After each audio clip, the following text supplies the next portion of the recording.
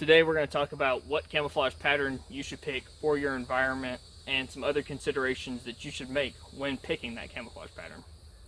So first, I do have to mention, it's the summer season right now down here in the southeast, so more vibrant greens in the vegetation and more browns in the underbrush.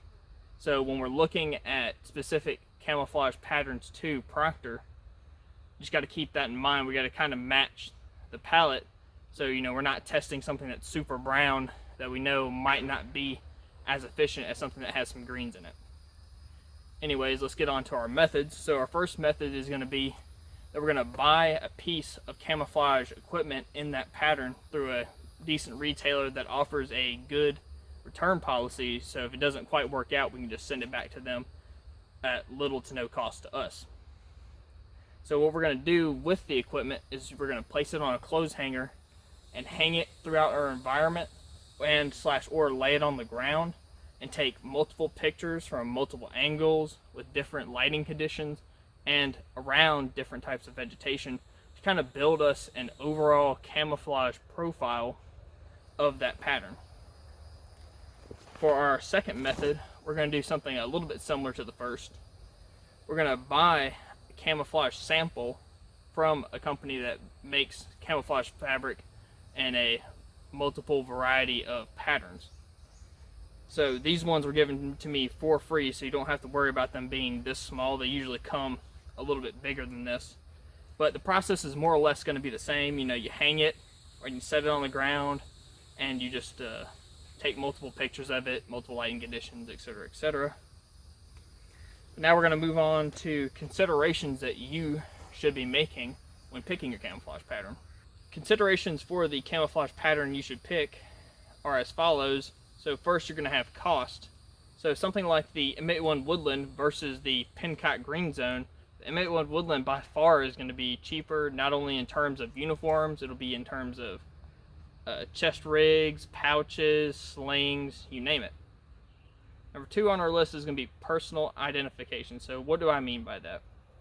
So for like here in the United States, most of our military and government forces wear some variation of multicam. Like we saw in the 2020 riots, federal agents very heavily utilized multicam to suppress rioters. And if you're going out in kit wearing something like multicam, people might associate you with that organization.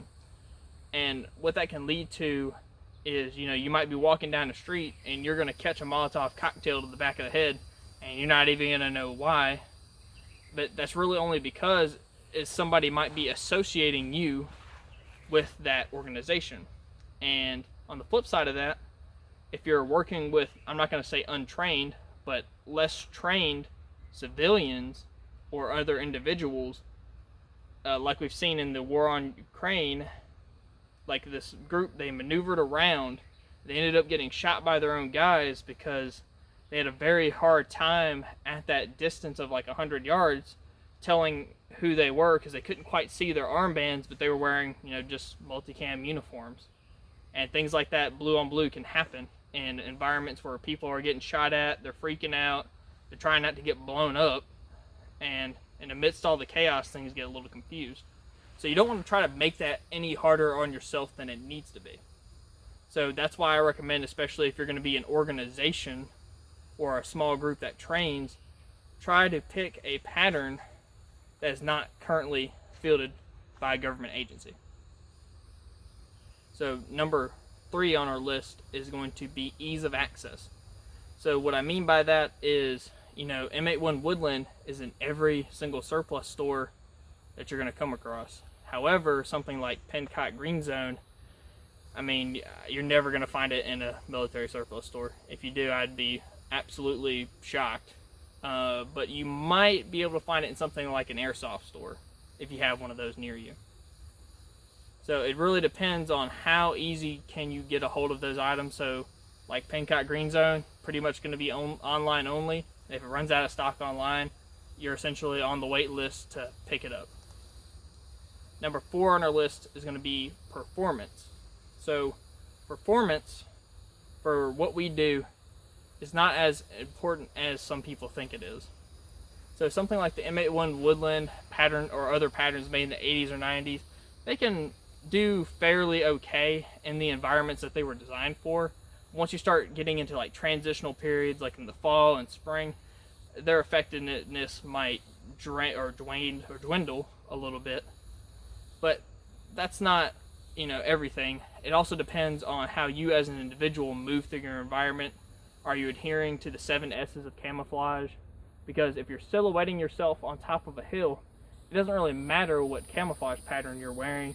You're still silhouetted against, your skylining. So people can still see you whether you have on Pincock Green Zone or M81 Woodland. However, some people really like to prioritize that performance part. I'm fairly guilty of that myself. But it's nothing that you really need to get obsessively autistic about, especially if you're trying to equip a lot of people. Something like that M81 Woodland might work a little bit better for you. Anyways, I hope this helps.